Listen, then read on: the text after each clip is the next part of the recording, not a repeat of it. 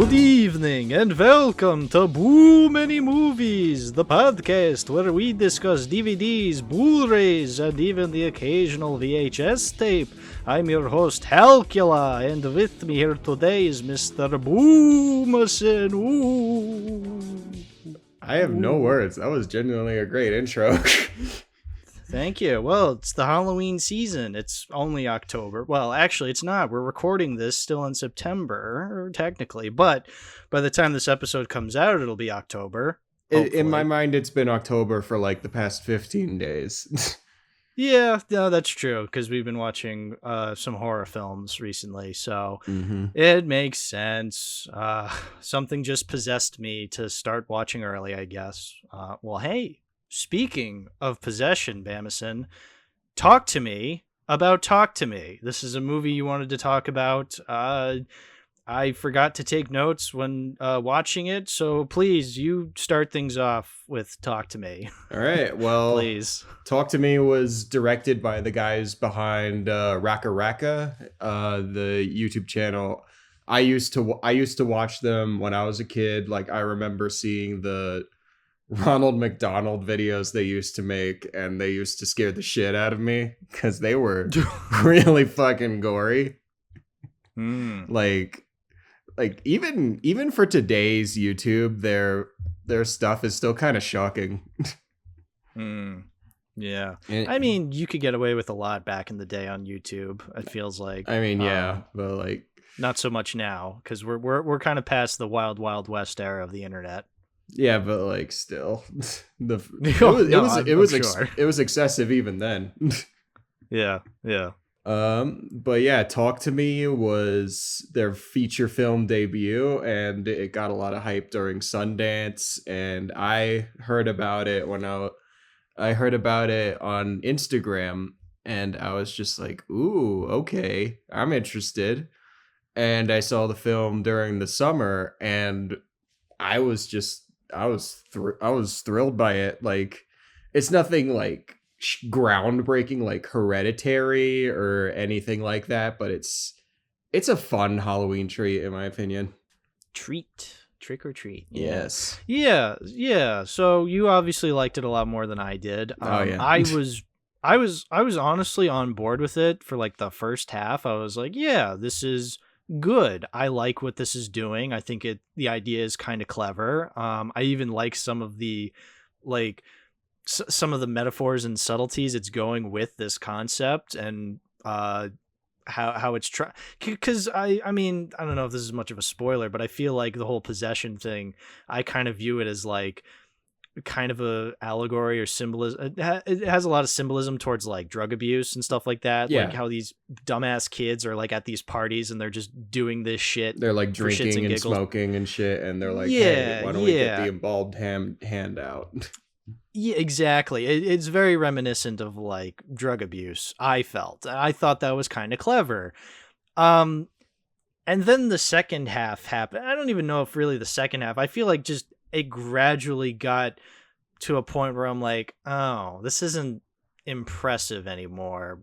Because in a way, I felt like the movie took itself a little too seriously, when I feel like it could have been a lot better if it didn't. Because, like, I don't know, it's just such a goofy concept when you get down to it. Like, these are teenagers who are essentially possessing themselves voluntarily to fuck around and post on social media. Like, that's kind of a goofy concept. Yeah. Really.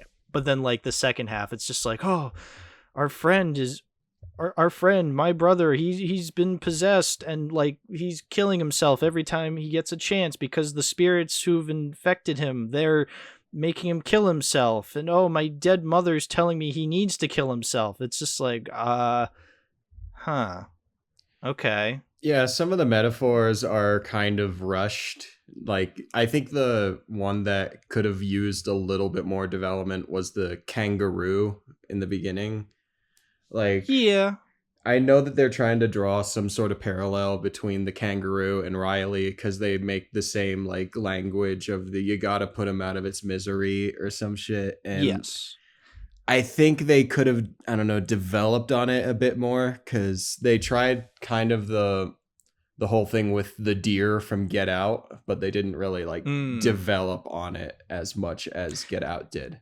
Yeah, I feel like when the kangaroo scene started and she's just like, I can't do it, I can't put him out of its misery. I'm like, oh, okay, that's gonna come back in some way, and it comes back in that she doesn't kill Riley, but like she's reminded of like the kangaroo, because the kangaroo spirit, like she sees the kangaroo spirit hopping around, which begs the question, okay, so literally anything can die and it can be a spirit and be possessed, because that's I don't know, it opens up a whole can of worms that we don't have to go into, but it just felt weird seeing a kangaroo spirit hopping around. You're just like, it might just be metaphorical, but like, yeah, take it but then any at way that point, yeah, no, that's true. It's like it can be one way or the other, but at the same time, no matter what, it's just raising a lot of questions that I'm just like, I don't really feel like wanting to know the answer to this. Like, it just seems weird. Yeah. I think one of the things that also really holds the film back is, like you said, in the second half, Mia's decision making in the second half of the movie is really questionable. Like, so here's my thing is like, I really don't like these characters. Like my favorite character is Riley, because he's like the only character who's not a piece of shit.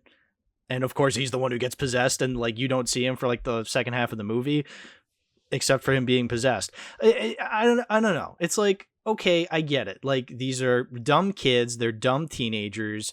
They're like irresponsibly using this embalmed hand to possess themselves and like fuck with the spirits. Like, of course they're these shitty kids, I get it, but like we spend a lot of time with them, and that really starts to annoy me when these intentionally shitty characters are the main focus, and it feels like the movie like wants us to feel sympathy for them at times, and I don't, which is, I'm glad, like, I'm kind of glad that, like, the movie has some semblance of self-awareness with these characters, but at the same time, I don't feel like it does. Like, it's, yeah. you know what I'm trying to say? Like, obviously Mia is the main character, and there's like that one scene where like she goes to see Riley and the mother is like super upset at her, rightfully so.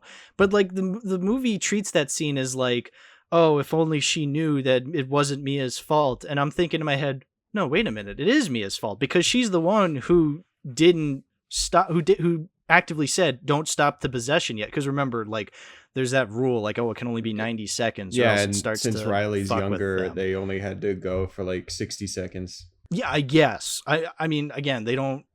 There's no like set in stone rules. I mean, they claim there is, but they don't really flesh those out in any way. I don't know. Whatever.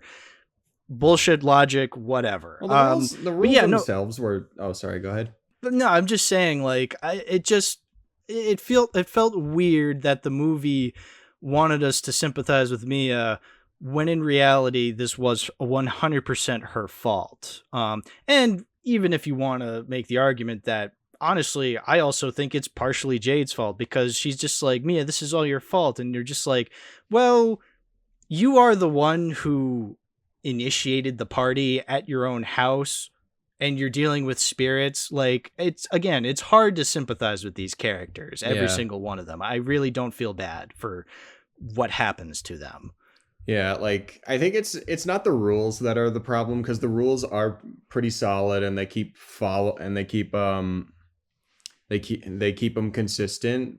It's just the characters' decision making that's really questionable. Like, yeah, like, I get that Mia misses her mother, but I don't understand why she would blatantly disregard the rules, especially since that would mean putting basically her family in danger. Yeah. Well, even then, it's just like her whole dead mother aspect isn't really explained very well. So obviously at the beginning, when it's like established she has a dead mother, I thought, oh, and this thing possesses spirits. At some point she's going to see her. And then obviously the scene with Riley where he's just like, oh, should I? And she's just like, yeah. I'm just like, oh, where is this going? And then it's like, oh, he's possessed by her mother. But then, yeah, like, I understand, like, maybe the movie's going with, oh, she misses her mother so severely that, you know, she wouldn't think of Riley's situation at that moment. She'd be so obsessed with wanting to see her mother again. Yeah. But I would sympathize more with that if I understood her relationship with her mother a little more. But the movie doesn't really do that very well because, I mean, yes, there's that one scene where she's like flipping through her phone and she sees old videos of her with her mother and they're like all happy dappy and all that. But like, again, like the way her mother died is never really explained that well. Like, it's implied she killed herself, but then the spirit keeps saying, no, I didn't mean to. I didn't want to leave you. Well, but then the father has that letter, but then the spirit says he's lying. And then the father is a spirit, but the mother is also, it keeps going back and forth, and it's never truly like made, it's never made simplistic enough that we can sympathize with this character, because like, and maybe the movie's going with like, oh, it's intentionally vague, but even then it doesn't do a good job at establishing this in an intentionally vague way, you know, like it doesn't work no matter what. There's the thing though with her seeing her with the spirit of her mother, well, and the suicide note that contradict each other. It's basically that these the teens are being haunted by this one spirit that is like blatantly manipulating them, particularly Mia, and that spirit would take the form of her mom. Okay, so it's not actually her mom. It's not her mom, because the spirits that would find the hand are in like this purgatory thing, and it's implied that her mom isn't in this purgatory. Okay. So was it one spirit or was it like a whole group of spirits? Because there's that one scene where she sees Riley getting ripped apart by like what I can only describe as, it reminded me of like the rich sex cult from Society, where just a bunch of weird old gross people are just like tearing away at this little boy. Yeah. But it's just one spirit that's fucking with them, right? It's the one spirit that's kind of like a representative of the others, because they want Riley, so they use this one spirit to specifically manipulate Mia. Okay. Huh.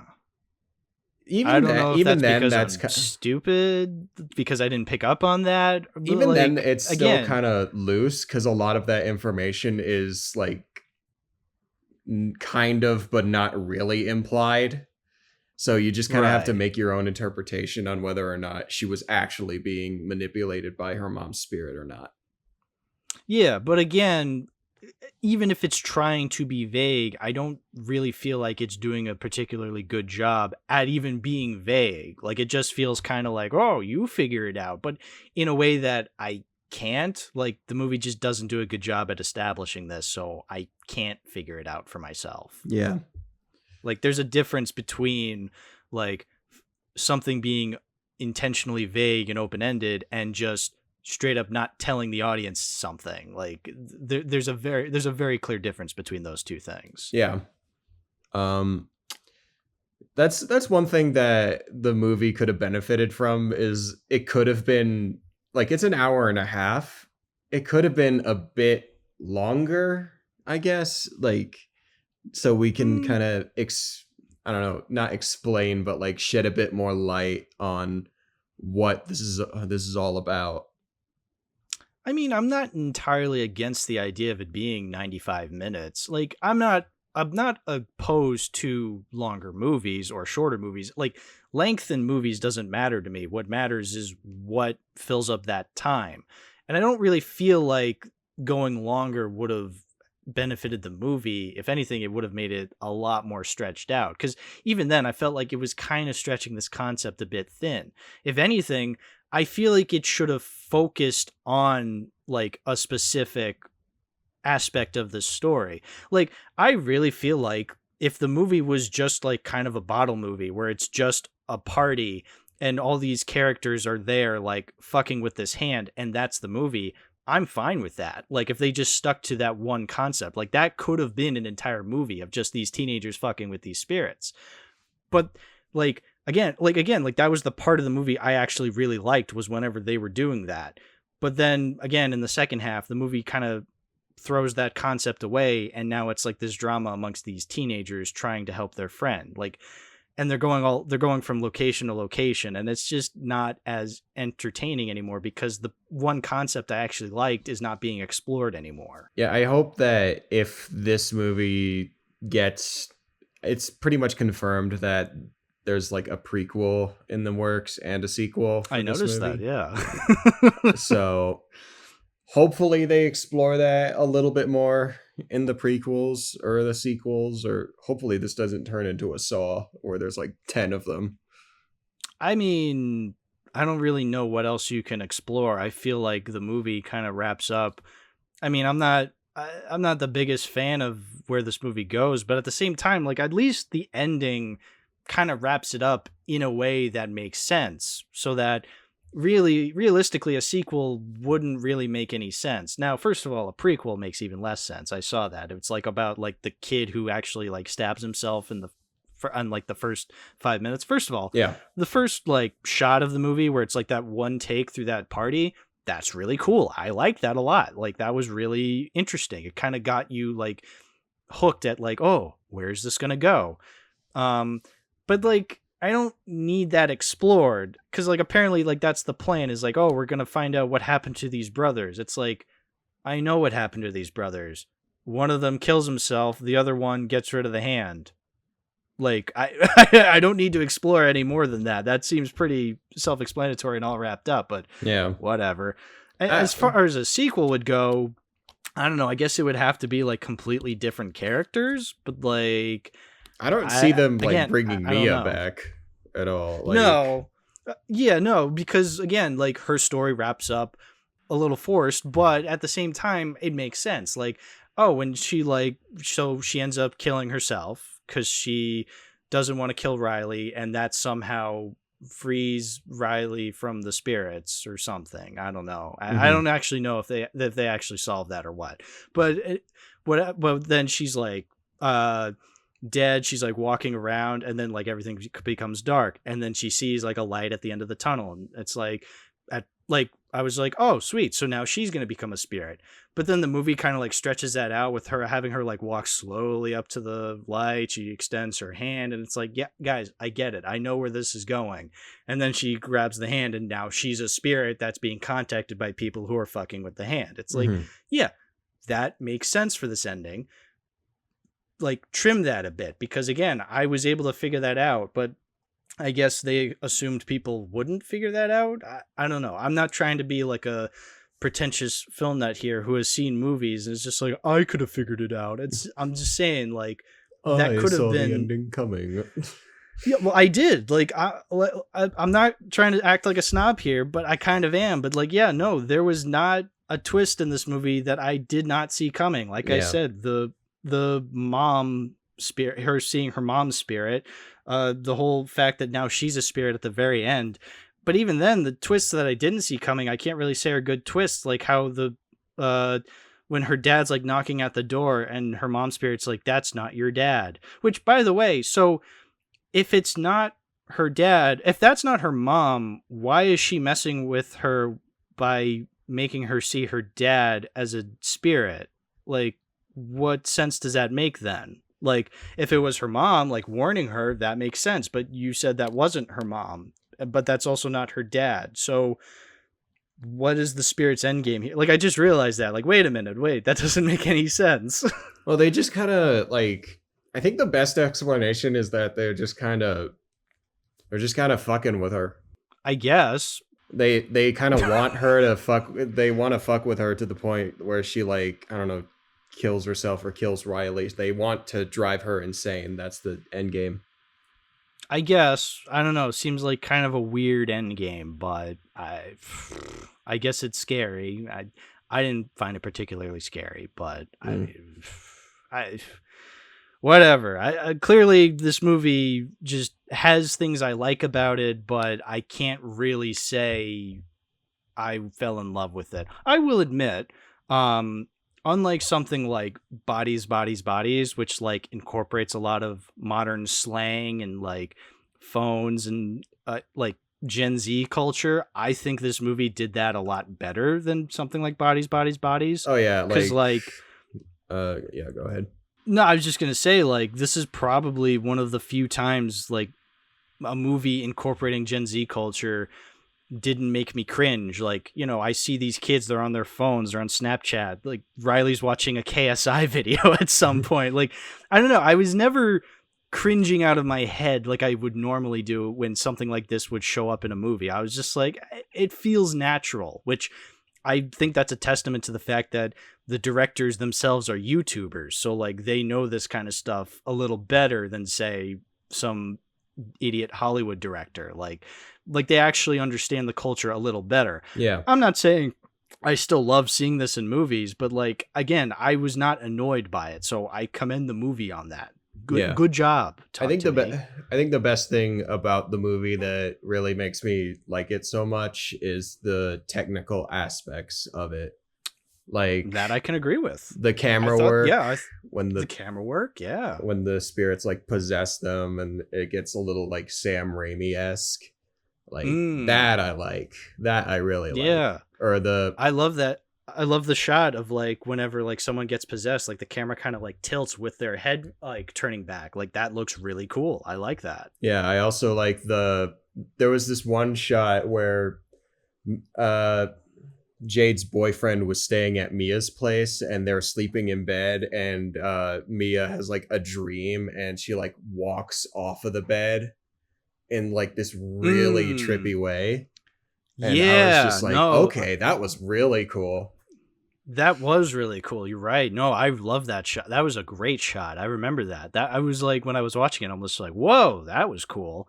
Yeah, no, that was a really cool shot. And then then like a lot of the gore, like I like some of the designs of the spirits. Like there's that one, like there's the first one when like she sees like the old man and then she sees like that fat bloated woman with like the eye sticking out. Like that's a really cool spirit. Like you could have done a little more with like the design of the spirits, even like just like different people who died in different ways. Like I think that's a really neat idea, like a burn victim ghost, or I don't know. A burn victim ghost, like somebody who's like has like a rope tied around their neck, or has like a belt tied around their neck and their pants down. Like that's you could have fun with like the different kinds of spirits, honestly. Or have an Elvis ghost where he's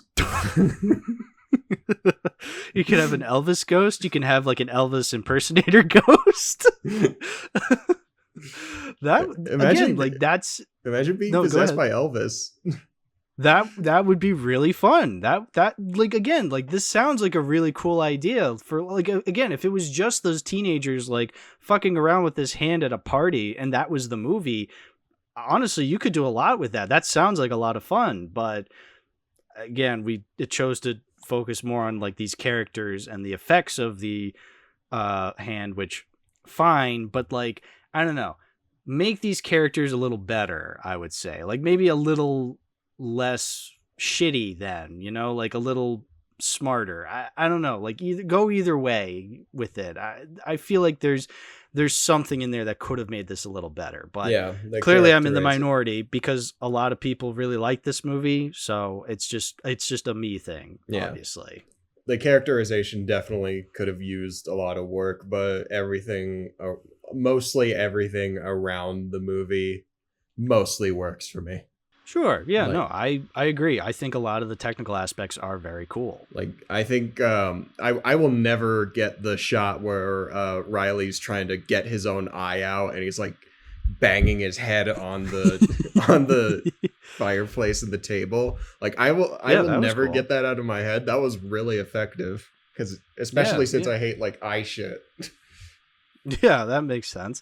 Yeah, even then, like, to bring that up, like the acting from the kids, like these are all relatively younger actors. Like they were really good. I actually Yeah. thought the kid who played Riley was really good and did a lot. Like a lot of it was done in makeup, but like even his performance of being this like vegetable was like really convincing. Yeah. Um, The makeup yeah, itself no, was also really good. oh yeah, yeah. You really looked like he bashed his face in. It's like, it's very convincing in Yeah. that regard. I hope I see Sophie Wilde in more stuff after this.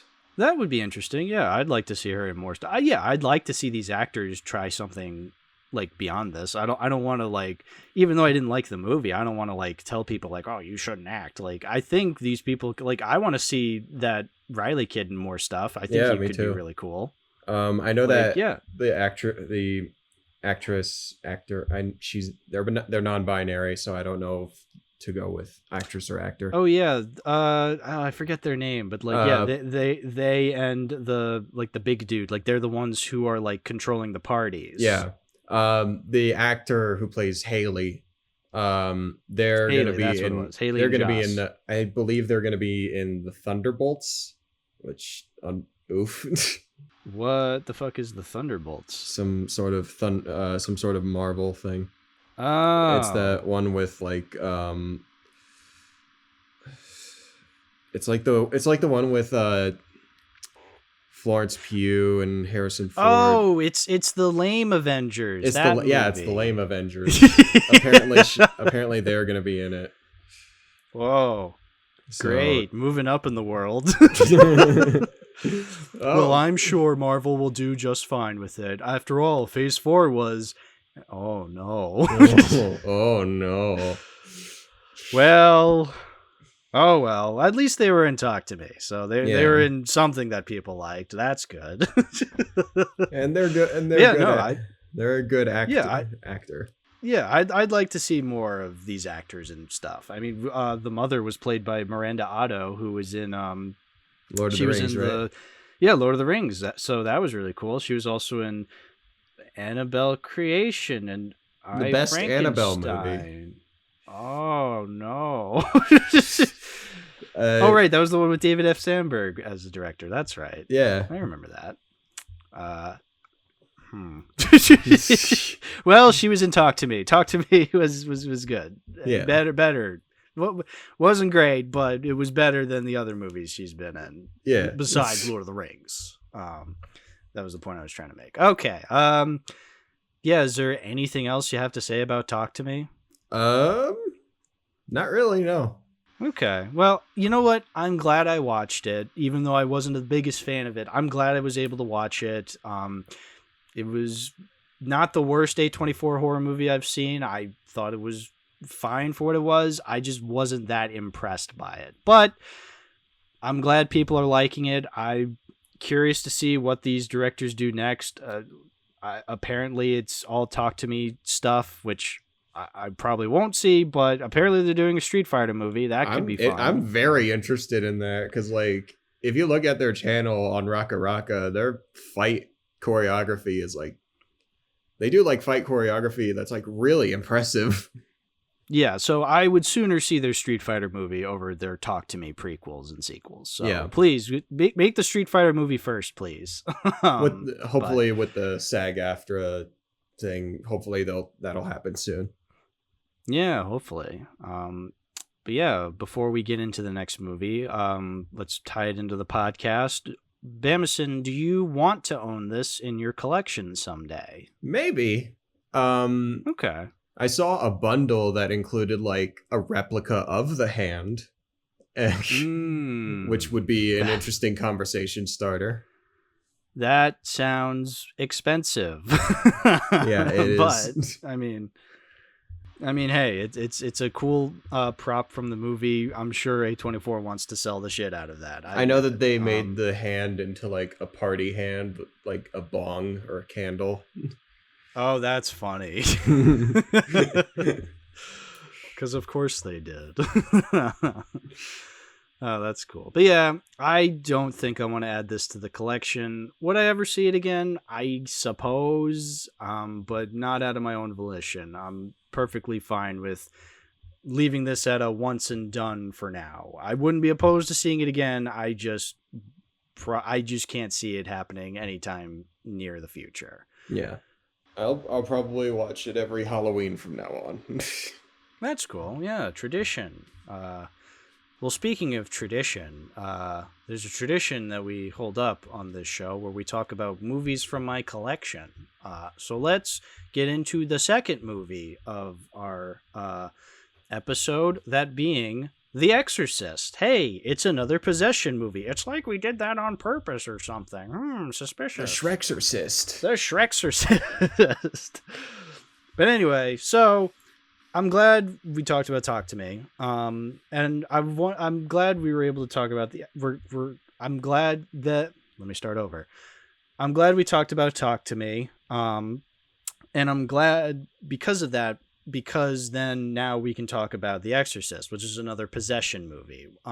There you go. Yeah, I got it right. But anyway, for a couple of reasons I want to talk about The Exorcist. One, it's in my collection. Two, it's very good. Three, William Friedkin, the director, passed away earlier this year. So I figured, hey, we might as well talk about it. Like, it makes the most sense. Also, there's a new Exorcist movie coming out. Directed by David Gordon Green. The guy who made the recent Halloween movie. Oh. Yeah, I did not have any plans to watch it. Apparently the what was it? The test audience reaction was abysmal. Like, yeah, really, really bad, which kind of fills me with some curiosity into wanting to watch it, because it's like, oh, like, normally, like, the worst movies get fine test audience reactions. If this movie's getting a bad test audience reaction, oh brother, this is something I gotta see. Like, so I think what's also funny is that the movie was also supposed to come out on the 13th of October, but because of the Taylor Swift concert film, the producers moved it up a week. I am not kidding. That's like Jason Blum put out a tweet that was just like, all right, Taylor, you get the 13th. We're going to move up a week. Oh, that's funny. That is so funny. Oh, Taylor Swift. But anyway, we're not here to talk about Taylor Swift. We're here to talk about a different monstrosity, that being The Exorcist. So I'd rather be possessed than listen to her music. Ooh, very true. Very true. So, Bamason, we watched Exorcist. The Exorcist. Well, why don't you start things off? What did you think of The Exorcist? This is my third time seeing it. I gotta be honest. It's all right. It's, I think it's just kind of the hype around it that's kind of depleted my opinion of it. Because, like, you got all these people talking about The Exorcist, how it's like, oh my God, it's the scariest horror movie ever made. And to some degrees, it's definitely horrifying in some parts, but, like, I don't think with time that I think because of time going by, it's gotten a lot less, I don't know, scary. Because keep in mind, it came out in like the mid 70s, and a lot of the stuff in the movie that was really shocking. Like, you'd never see a movie in the mainstream where a little girl, like, fucks herself with a crucifix. Like, that is really shocking. Yeah, you can see that on YouTube now. Again, like, to bring back the whole Wild Wild West era, like, things have changed since then. Like, yeah, absolutely. But continue. And I think the best aspects of the movie that work for me is when the demon is, like, playing these psychological tricks, like when the demon would talk in Damien's mother's voice. Like, that shit I really like. But it stops being scary when she starts roasting the priests and going like, your mother sucks cocks in hell, and starts turning into like this, basically a COD lobby. Yeah. Yeah, that's one way of describing it. Yeah, no, I think if we want to start there, like, yeah, is this a very scary movie? No. And I say that as somebody, and again, when I say this, I'm not trying to be macho. I don't get scared by movies anymore. Like, when I think of movies that like terrify me, like the average horror film does not scare me. And like the movies that people say are like the scariest movies of all time, they don't scare me. Like a movie like The Exorcist, like The Shining, like Alien, like these movies that terrified audiences for generations. I watch these movies and I'm like, I'm not scared by them. Like, so I agree. I was never scared by The Exorcist. Like, on a basic principle level, like, I think it's terrifying that a little girl is being possessed by a demon. Like, of course, on some like human level, that's scary, but I know it's a movie, so I'm never like fearing for the girl's life, you know, because it's like I know it's an effect. Yeah. With that said, I can't really say like the movie not being scary doesn't work for me. Now, I was a little worried with it because when I first watched this movie, I liked it, but I didn't love it. So I was thinking like, oh, maybe it is one of those overrated movies out there. But honestly, watching it again, I fucking love this movie. I think it's amazing. I don't think it's scary, but I still think it's well done. Like it's a very well made movie, and I just love everything it does. Because like I feel like it's very purposeful in what it does. I think the best part of this movie overall is Damien Karras. I really like his character, and I think the whole relationship with the first half with him, I love. I really love. Yes. So I also want to mention I watched the director's cut because that's the Blu-ray I have. Is like this. It's the steelbook of the director's cut, so it was like much longer than the theatrical cut. It's been a while since I've seen the theatrical cut because I'm pretty sure that was what I first watched. I don't remember. But even still, like, I really love this director's cut. Like, I love the slow buildup and I love like the little scenes like it adds, because I feel like it kind of adds to the movie, and I really feel like it's what Friedkin wanted. I don't remember if it's what Blatty wanted. I think I heard somewhere that William Peter Blatty like did like the ending, because the ending with what was it? It was like Dyer and Kinderman, like, you know, that was not in the theatrical cut, but that's in the director's cut, and like that was like the ending of the book, so Blatty preferred that. I don't remember, but in any case, like, I don't know, I feel like, to go off of what you're saying, Karras, like, yeah, he's one of the best parts of the movie. Like, I love his arc of like being this priest who's like losing his faith, but like he's the one who has to perform the exorcist.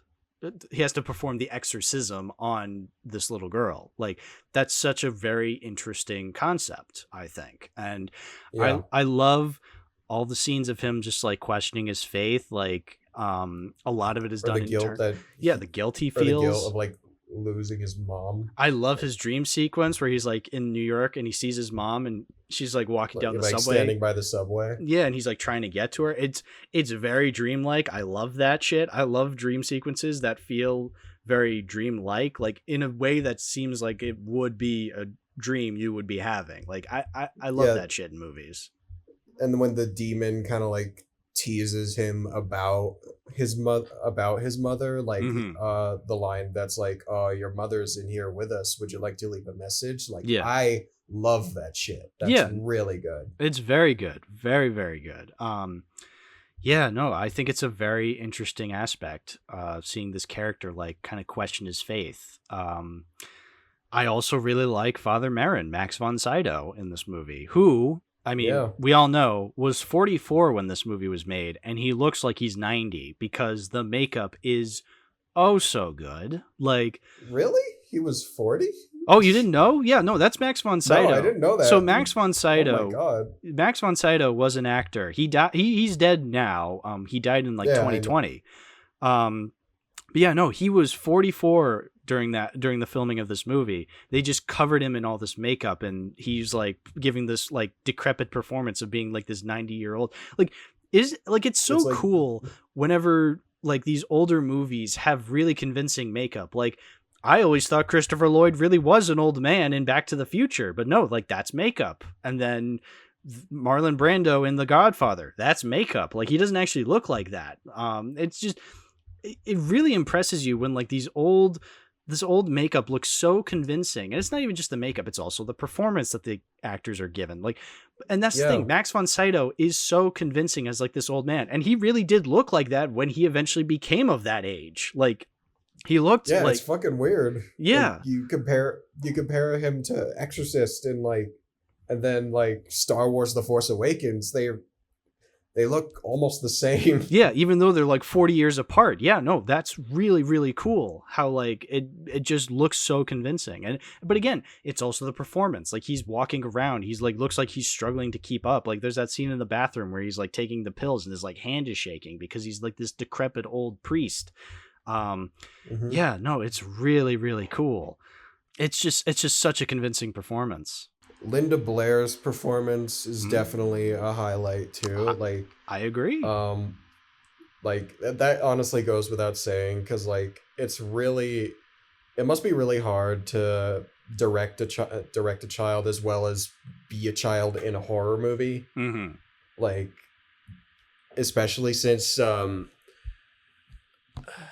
the whole movie is basically riding on her performance, and Yes. I think she did a really good job with that. Yeah, very much so. When it comes to children in horror movies, I think she's up there as like one of my favorite like child performances in a horror film, because like at first she's just a normal kid. Like I like the scenes when she's just normal Reagan, like talking with her mother, like because it seems very like happy and playful, but at the same time like kind of real. Like she genuinely feels like a real child talking with her mother, even though these are two actresses. But like I think that kind of adds to the surprise when she does get like possessed during the movie. Like it's horrifying that this normal child is possessed by this horrible, horrible creature. Like it really rocks you to your core at that point. But yeah. And then when she's actually possessed, she's really good. Like the facial expressions she uses, like even with all the makeup on her, she looks really convincing. And she's only like 12 at the time. Like that's insane. I can't imagine being in that makeup for like hours. And apparently like the conditions of the set were like really bad, because like they had to show like whenever they were in Reagan's room, the priests had like their breaths visible because of the temperature, and they actually had like the set really cold. So imagine just being in all that makeup, being in like this cold set strapped to a bed, and you still give like a really, really good performance. Like I commend that. Yeah, no, I agree. She does a great job. Yeah, the performances are very good. I did like Ellen Burstyn as Chris. I think she's like, she really sells you on being this like terrified mother. I mean, because her child is possessed, but like, we don't know this. Like, we as an audience kind of pick up on it, but like, because like the movie's called The Exorcist, it's like, okay, something supernatural has to be happening. Like, but like the movie does spend a long time with like the doctors and trying to figure it out. And I do think that like, I think in any other movie I'd be annoyed by this, because it's like, okay, we know that it's a demon. Like we as an audience know this. It's just we're waiting for the characters to figure it out, but the movie paces it like the audience has to figure it out. But like, I think what the movie is so clever with that is that it's these characters like at some point almost refusing to believe it's something as simple as a demon possessing this child. Like they're just like, no, that can't be it. Like it has to be psychological. It has to be scientific. There has to be an actual explanation as to why Reagan's acting like this.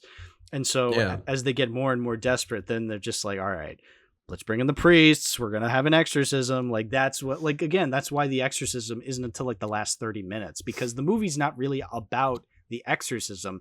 It's about the build up to the exorcism. And that's why the movie is so slow and so methodical, and how it establishes these characters and their problems. And I feel like even though it's a slowly paced movie, I want to talk about the editing, because I think it's done beautifully in this movie. Because so for example, I have like an example of like a sequence I really want to talk about, and that is when Father Karras is at the loony bin and he sees his mother there. Right, you remember that scene? Like he goes with like his uncle. Yeah. So Father Karras is like having a conversation with his mother, and she's clearly not doing very well, and he's clearly very upset by this. And then it hard cuts to his conversation with his Uncle John, and he's asking him like, why did you put her here? And the uncle says, "What? You got the money for like for like a private hospital?" Like. And then the movie hard cuts to the next scene of Karras like punching the shit out of a punching bag due to the frustration of having to deal with this. And I feel like that one sequence kind of is what the movie does very well. It edits these three scenes together like really within like realistically like within a 30-second window. So even though it's a very slowly paced movie, the editing is a little fast like that, because it really only shows you the scenes that you need to know. Like we show a scene of him talking with his mother, then it's his conversation with his uncle, then it's him like punching out his frustrations. It's delivered like very quickly, but effectively, because you're only shown what you need to be shown. And I really feel like that enhances the characters, and it enhances like the editing that the movie is given. Like I just love it. I love it. I love how this movie is portrayed and executed. It's brilliant. Did the director's cut have the I remember seeing the director's cut like a year ago maybe, but I don't remember a lot of it other than like the spider walk that Reagan does down like the stairs. It does have the spider walk where she like walks down the stairs, like she like walks on all fours backwards down the stairs and then just like pukes out blood out of her mouth. It's very effective scene. It's like, oh yeah, oops. Did the director's cut have like the flashes of the demon's face? Yes, because it didn't have that in the theatrical cut. Did it not? Because like I feel like that I didn't see it. I feel like that demon face is very synonymous with The Exorcist. But like I don't remember seeing it in. Maybe I blinked and I miss it because it's literally a blink and you'll miss it. Yeah, it is very quick. Like I had to rewind every time I saw it because I was just like, wait, I wasn't ready for it. Like. Yeah, there's that scene where like it just takes up the whole screen. There's that scene where like Chris is like walking through the kitchen and like it flashes like right next to her, but it's only like above like the oven or something like that. But like you can see it like next to her face in that shot. Like it's very subtle, but like it's brilliant nonetheless. And I feel like that face might have been scary to people in 1973. I think it's funny, but like I still understand that it's a creepy looking face. Like. I think scary is not the word I would use to getting back to like the starting argument of the Exorcist, whether it being scary or not. I don't think it's scary. I think the word I prefer to use is shocking. It's more so shocking. And even then I'd even say like creepy, because like it is a very creepy movie of having like these like the situation is not fun essentially, but yeah, no, it is shocking, I think, and I think it's very clever in what it wants to show in its shocking nature, like how let's talk about Burke, how Burke dies in the movie. We never see his death scene. He dies off screen. He dies off screen. I think partially because the real life actor did die during the production of the movie. Wasn't the production of this movie like cursed or some shit? Probably. I know some other actor was like died before the movie even came out. I think it was like Karras's mother, like the actress died before the movie even came out. I'm gonna look it up. And then I know that the actor who played Burke did die like a week after he finished filming his scenes. So I don't really know if he didn't film any more scenes because he died, or if maybe he filmed everything and then he died. I don't know what the story is, but regardless, I feel like the movie delivers how we figure out he died very cleverly, because you have Chris like driving home and you see like the police and all these people like crowding around the bottom of the stairs, and she pays no attention to it and she keeps going. And then like she goes up to Reagan's room, the window's open, it's like flowing all this cold air in. She goes over, closes it. Reagan's like just lying down. She thinks nothing of it. And then Chris goes downstairs. It's just like, where's Burke? And her friend's just like, Burke's dead. And then it really hits you. It's like, oh shit, like fuck. Yeah. and then Lieutenant Kinderman comes to see Karras, and he delivers like, oh, you know, Burke fell down the stairs, but when they found him, his head was completely backwards on his body. It's just like, holy shit. Like, it doesn't show his head being completely backwards on his body. Like the way Kinderman describes it is enough. Cause like, and even the way it's shot, how he like twists his hand, you're just like, oh, it's like just the idea that the movie plants in your head of this very frightening death is enough to seem very creepy, very weird. Yeah. So I pulled up like some of the list of like the production problems that were happening during this movie. There were a ton of injuries. Linda Blair fractured her lower back during the bed shaking scene, and it caused her to develop like scoliosis. Yikes. Do you remember the scene where Reagan's mother gets like slapped across the room and she gets like by Reagan? Yeah, and then like the cupboard starts like moving towards her and like falls on her or something. Yeah.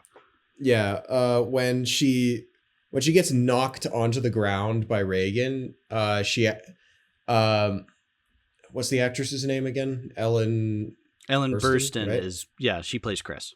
Ellen Burstyn actually injured her back too, and that's the take that they used in the film, because those screams were like genuine. Oh, movies are magical, aren't they, kids? Like, Jesus. Who wants to get injured? Who wants to get hurt on set? Apparently the set like caught on fire as well.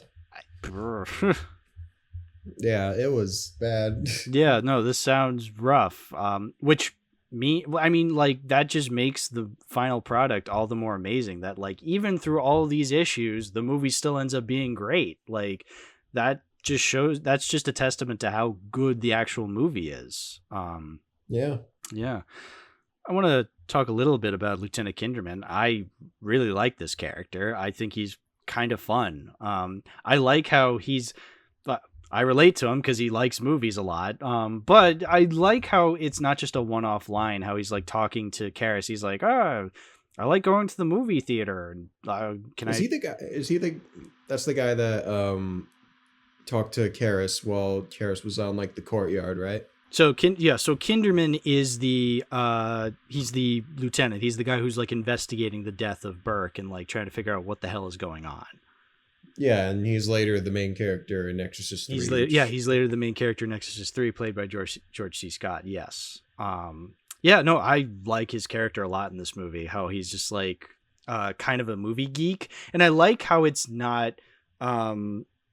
I like how the movie delivers that, because like at first he's just like, oh, I really like movies. I like going to the theater, and you think it like, oh, it's in any other movie that's just a one-off line that doesn't mean anything. But then later when he's talking to Chris, who's an actress, like her character is an actress, he's just like kind of geeking out. He's just like, oh, can I please have your autograph? I love you in that one movie. It's just like it's an aspect to his character that I feel like humanizes him in a way that like, oh, this guy isn't just a rough and tough like detective. Like he has a personality. Like he likes things that are not just like investigating this exorcism or like investigating this possession. Like he actually has a life outside of him being a detective. I just like that. I think that's very interesting. Yeah. So yeah, I just wanted to shout out Bill Kinderman. Very, very good character, very fun character. And Also in Exorcist 3, but we don't have to talk about that for too long because we're still talking about the first Exorcist. Yeah. Just a lot of really good atmosphere in this movie. Like the lighting is very good. The cinematography. The demon's voiced by a woman. Demon's voiced by a woman. Whoa. Yeah, that was really cool to hear. She sounded like Gozer from Ghostbusters, except not as funny. Like Gozer in Ghostbusters is supposed to be funny. This is supposed to be terrifying. So yeah, I think we should mention the very famous shot of the most iconic shot in Exorcist, in the Exorcist franchise, maybe in all of horror, maybe in all of cinema. Like one of the most famous shots, and that's when Marin first gets to the house, and like the like spotlight is like shining on him. Like, you know what I mean? Like, I mean, yeah, that's like the poster for Crying Out Loud. it's the poster for Crying Out Loud. It's literally the cover of this Steelbook Blu-ray I have, except it's red instead of white. Like it's so iconic because it's essentially the shot before the climax, before the actual exorcism. I mean, Shrek fucking parodied it. Did it? Like, wait, which movie? Yeah, like it was in the the Shrek Halloween special. Okay. That's where I got like the Shrexorcist pun. Okay, you know what? I was thinking of the Master of Disguise parody to that shot. Oh, it's a very iconic shot, to say the least. Yeah. Very cool shot. I love it lots. It's a very good shot. It goes hard. I'm gonna frame it. Yeah. I probably would, unironically. It's that good. Feel free to screenshot. Yeah, exactly. I guess one thing I want to mention is when, during the actual exorcism, when like the demon's like yelling at them and she says like, your mother sucks cocks in hell. According to Paper King, the TV cut says your mother knits socks in hell, which that kind of makes it funnier. Like, is that an insult? Like, your mother knits socks in hell. Is his mother Charlie's grandmother from Smiling Friends when she's in hell? Oh, wait, she wasn't knitting. She just had a piece of hard candy. More for me. That makes me think of Kingsman Golden Circle, right? I know of it. I haven't seen it yet. I've only ever seen the first Kingsman. Sorry to like derail the conversation for a bit. Please but, go ahead.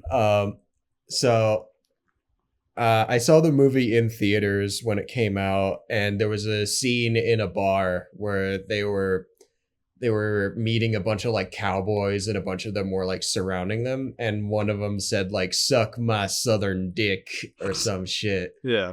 And a couple months later, I saw a copy of the movie on a plane mm-hmm. when I was going to visit some family, and I was just like, all right, I might as well watch it again. And it got to the bar scene, and they redubbed the scene. So instead of "suck my southern dick," it's "shine my southern shoes, you moron." Oh my god, censoring is so embarrassing when it's that I've stupid. Had it with these monkey fighting snakes on this Monday to Friday plane. It's like, you know what? I'd rather corrupt the child than just have them hear the F word. Like, really, what is the worst thing that could happen if a child hears the F word? I mean, the worst that could happen is that they start repeating it, but yeah.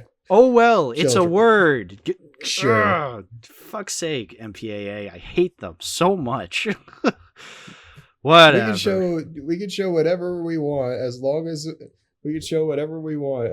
we don't say the F word or show any boobs. Yeah. We can have as much bloody gore as we want. Yeah. But the blood can't be too, like, it can't be too red. Like, but if it's green, it's all of a sudden good. It's just like, ugh. If it has polka dots, it's a G film. It's a G film. Ay. But The Exorcist, yeah. Very good film. Very good horror film. Very cold film. I mean, I love the actual exorcism where like the room generally looks like it's freezing in there. Because it was. But even then, like, I just love the atmosphere of that. Just like it feels cold and isolating.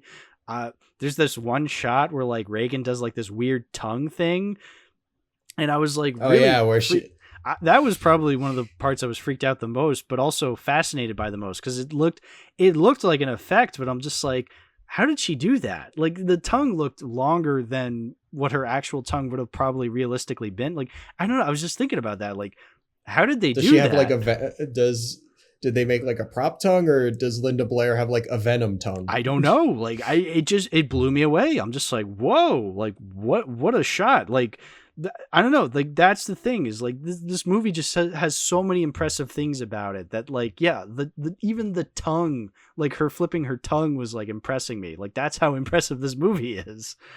But yeah, no, it's, and I don't know. Is there anything you have to say about like the actual exorcism itself before we like talk about the actual ending? I think just like I said before, I think where she starts roasting the priests, it just kind of stops being, I don't know, I stop being invested in the story and I start just enjoying the ride. Yeah, exactly. Again, like I said, I've never found this movie particularly scary, but I'm still impressed by like the filmmaking and like the actual story and the actual characters. Like, that's what impresses me about the movie. Yeah.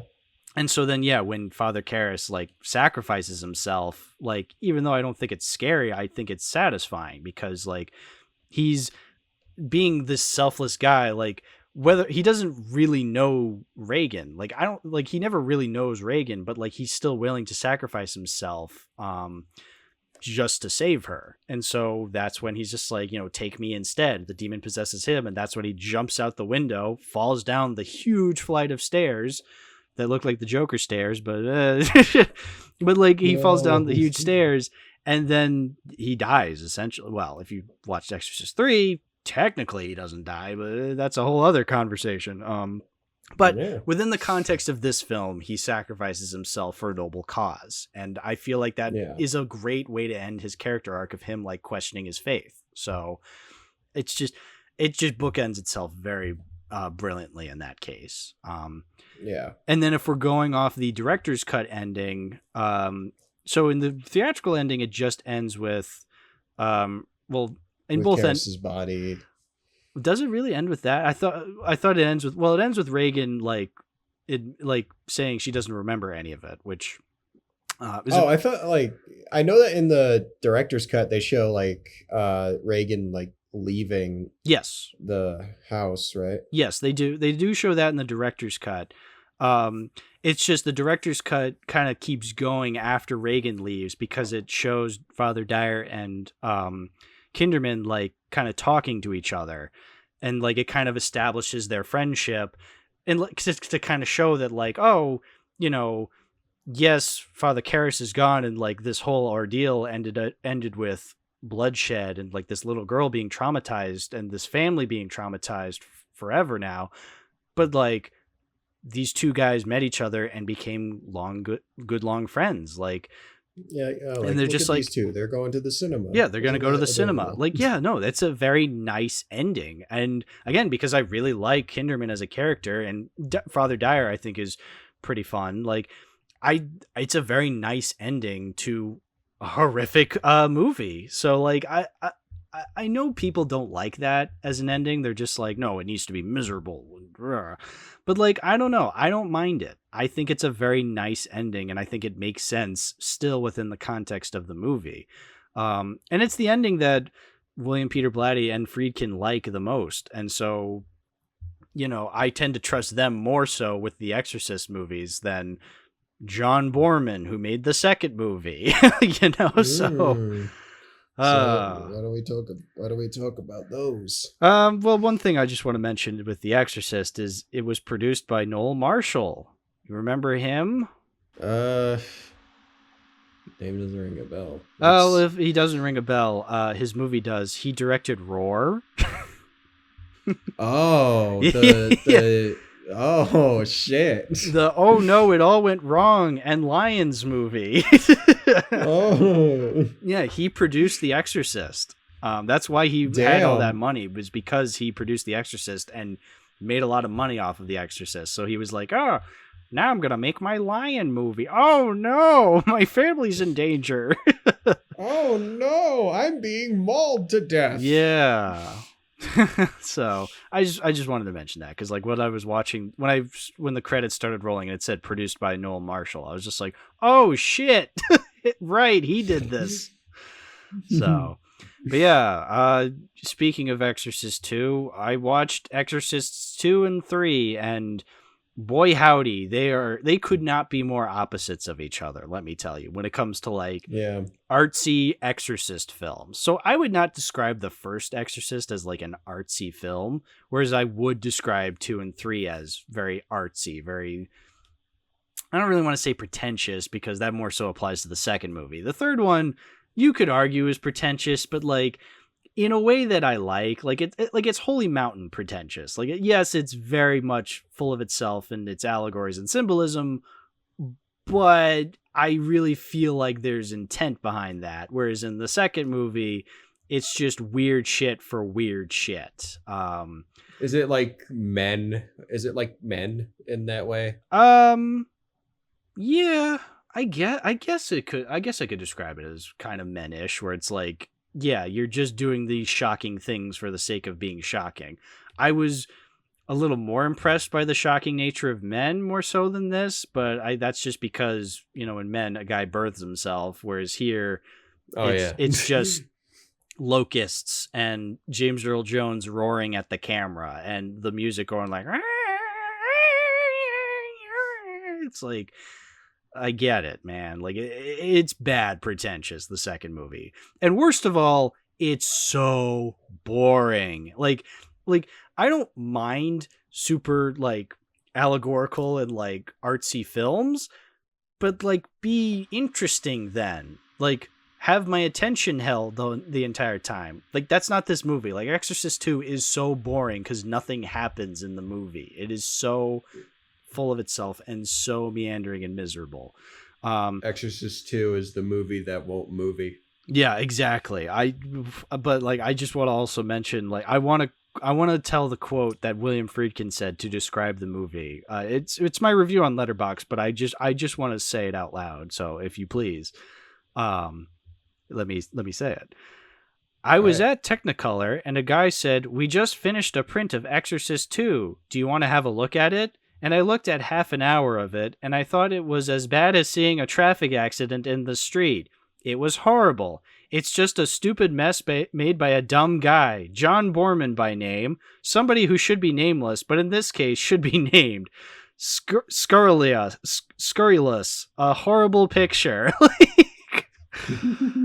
William Friedkin was kind of an asshole, but like he was one of the fun assholes where like you loved seeing him be this like piece of shit to people. Like, look, do I think The Exorcist 2 is the worst movie ever made? Not really. Like, I think he's just saying that because he finds it insulting to his movie. So I get it. Like The Exorcist is, aside from William Peter Blatty, The Exorcist is his baby. Basically. Exactly. So. Yeah. But even William Peter Blatty hated the movie. He's just like, oh, so you made this pretentious artsy sequel to my story, eh?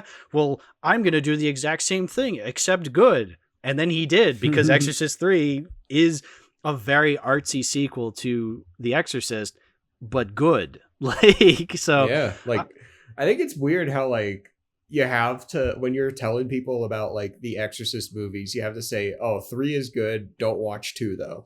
Well, I mean, the good thing is all 3 movies kind of don't really have anything to do with each other. Like, I guess 2 more so has to do with 1, but like 3 you can watch separate from 1 and get something out of it, because Reagan doesn't come back, Chris doesn't come back. Like, it's mainly about Kinderman.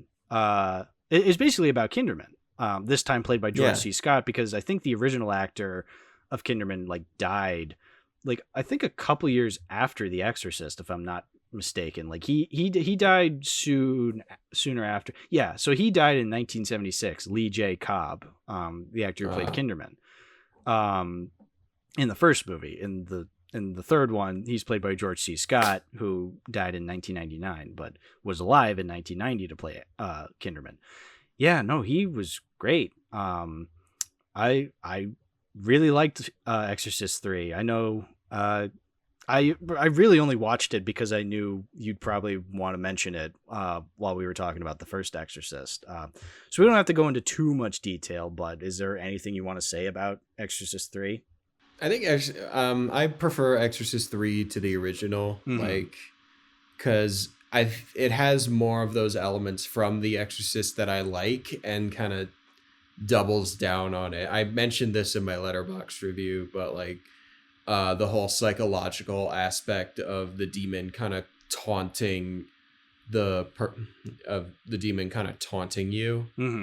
Like that shit I really like, and the whole thing with the Gemini killer just kind of being a little goofball. I really like that. Yeah, I think this is definitely a little more like, even though The Exorcist is like the most famous of these movies, I feel like Exorcist 3, like, even though it is artsy, I feel like it's a little more I feel like people can get a little more out of it, like the average person can. Like it's a little more accessible in that regard than the first Exorcist, because the first Exorcist is very slow intentionally, and I'm fine with it being intentionally slow, but I do understand that some people probably don't like intentionally slow movies. Whereas I feel like Exorcist 3 is a little more faster paced, or like there's a lot more going on for people to like pay attention to. So I can definitely see people watching it and probably getting something more out of it than, say, the first movie.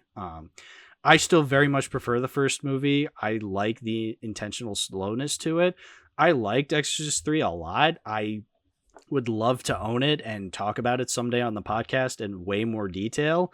But that would require making an Exorcist episode, and well, I just don't have the time for that this year, unfortunately. But someday The Exorcist 3 will have its time to shine on Too Many Movies. But yeah, is there anything else we have to say before we talk about the Blu-ray? Not really, no. Okay, well, so I own this movie on a Steelbook Blu-ray. I got it earlier this year after finding out that William Friedkin passed away. Because it's like, I feel like The Exorcist is a movie I would have wanted to have in my collection anyway, and after watching it, I definitely wanted it in my collection because I loved it so much.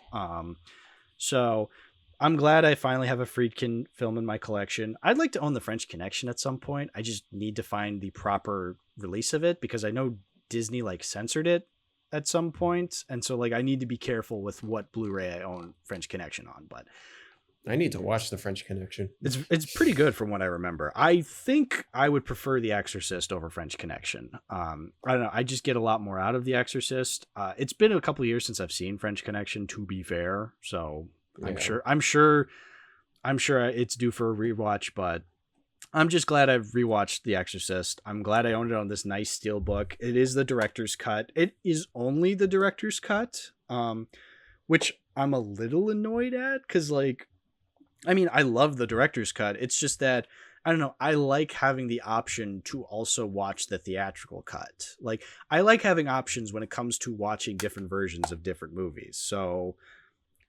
I'm a little annoyed at that. But I do know I like this version that I watched it on. I like the casing. I think it's a really cool case because, like, again, it's like entirely black, but it has like that little red. It's like the shot of him in the spotlight, but it's all red. It's a really cool looking steelbook, and it looked great on Blu-ray quality. So I think I'm keeping this, even though it is just the director's cut. I'm fine with that because I know I love the director's cut. So I'm definitely keeping it in my collection. Yeah.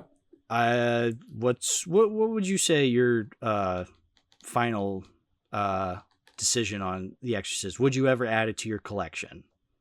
I'd probably buy it in like a bundle with like the other two, but then I'd like probably toss the second one. Yeah, probably. I mean, I think the second one's worth watching at least once, but honestly, if you're not brave enough, just watch the Nostalgia Critic review on it. Like, that's what I might do. Honestly, I might just do that. After it's a really funny. It's a really funny video. It's really, really funny. I also recommend the Cinema Snob review on it. I've been watching a lot more Cinema Snob recently because he also did a video on The Exorcist, and I love Brad Jones and like his snobbery. I don't know, just the way he talks is just so funny to me. So a lot of the channel also members talk funny. I think Linkara especially. Yeah. Don't you talk about me, you son of a bitch. Your mother sucks cocks in hell. Oh, Reagan was possessed by Linkara. Do not fear, it's me, the Lightbringer. The power of Christ compels you. It's that shot of like, it's the shot of like Reagan kind of stretching in that blinding light with the statue, and it's the Lightbringer. Do not fear, it is me, the Lightbringer. every time like the demon face like cuts in the movie, like instead of the demon face, it's Linkara. It's like 1 second of Linkara running. Yeah. Get back here. I have to tell you why Civil War sucks. Oh, classic Linkara. Yeah. All right. I think that just about does it. Bamason, please shout out your stuff. Where can people find you? I'm on YouTube at Mr. Bamason, and I'm also on Letterboxd on Mr. Bamason. So keep a lookout for the next few days, because I'm working on a edit for Talk to Me that I had arranged with the composer. Ooh. And because of school, I've been kind of slow with it, but I'm hoping I can finish it by Tuesday. Oh, I hope the composer doesn't watch this episode because I shit talked the movie. Oh, no. No, I'm kidding. No, that's really cool, dude. That's really cool. Yeah, no, totally. I'm excited to see what you do. I'm curious now. Wow. Interesting. Yeah. But yeah, we can. Your links will be in the description as usual. You've been here before, so people know where to find you. But for those who probably have no idea, well, now they know. So yeah, great. Yeah. So feel free to send me that GIF whenever you see me. Oh please! Oh please do. It's my favorite GIF. I love that GIF so much. It's so good. It's growing on me. Oh, good. I'm glad. I'm so glad. I mean, honestly, like I said, it is the only good thing to come out of Matrix Resurrection. So please, we need to cherish it as much as possible, because the rest of that movie is not worth cherishing. But yeah, no, thank you so much for coming on the show today to talk to me about Talk to Me and The Exorcist. Yeah, thanks for having me on, dude. Yeah, no problem. And thank you, the listener, for listening to today's episode. If you want to support the show, give a like, give a comment, listen to us on Spotify and Apple Podcasts, or on YouTube. That's fine too, doesn't matter. Also keep an eye out for shorts. Also keep an eye out for streams. Also, because it's the month of October, when this episode gets released, people probably already saw I did a Yummo cut that released on October 1st. Again, we're recording this before it's been released, but by the time this episode comes out, it would have already been released. So check that out if you guys want. Next episode is when we kick off the big Halloween marathon I have planned this year. So the horror, so the horror marathon, I guess. If I say Halloween marathon, that implies that I'm talking about the Halloween movies, but I did that last year. So this is a different franchise we're doing this year. It's going to be with William. I'm so looking forward to it, as is the special episode I have also planned in late October that I still will not reveal. I think it's pretty obvious what it is, but again, I'm not going to say a damn thing, because, oh, brother, I'm so excited to talk about what we talk about on that episode. So anyway, I'll be looking forward to it. Yeah. So all that out of the way. Thanks for listening. And always remember, your mother knits socks in hell, cocksucker. Your mother knits socks in hell. Do not be afraid, my love. It's me, the Lightbringer, here to say that your mother sucks cocks in hell. Okay, bye, everybody.